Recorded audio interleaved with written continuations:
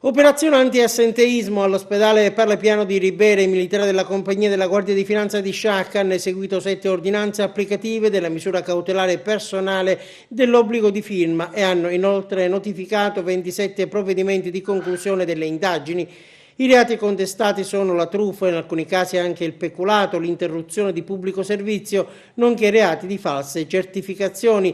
Tra i numerosi soggetti sottoposti ad attività investigativa, 4 rivestono il ruolo di consigliere comunale presso vari comuni dell'Agrigentino.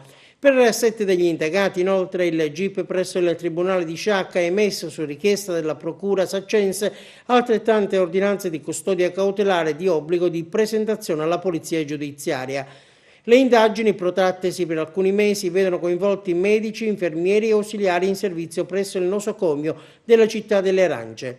L'attività di indagine ha tratto origine da un'iniziale attività informativa in materia di assenteismo di pubblici dipendenti, svolta nella parte occidentale della provincia agrigentina.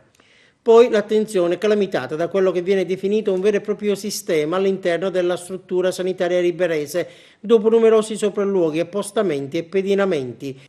I dipendenti pubblici avrebbero assunto a stile di vita comportamenti in tutto antigiuridici, costituiti dalla continua falsificazione delle attestazioni circa la propria presenza sul posto di lavoro, a tutto beneficio di impegni personali e familiari svolti in modo indisturbato al di fuori del nosocomio riberese. In particolare, l'attività di indagine, eseguita anche tramite il ricorso alla strumentazione tecnica, avrebbe evidenziato una vasta ed eterogenea serie di illeciti, come la timbratura cumulativa dei cartellini di presenza atta a coprire l'abituale allontanamento di dipendenti e dirigenti medici per tornare o rimanere a casa propria o ancora dedicarsi ad altri impegni personali o familiari, come una dipendente sanitaria periodicamente intenta a fare spese durante l'orario di ufficio o come un'altra dipendente la quale si recava abitualmente dal parrucchiere. Gli illeciti connotati da maggiore disvalore hanno però riguardato il personale impiegato in servizi esterni appartenente a quasi tutte le categorie ospedaliere.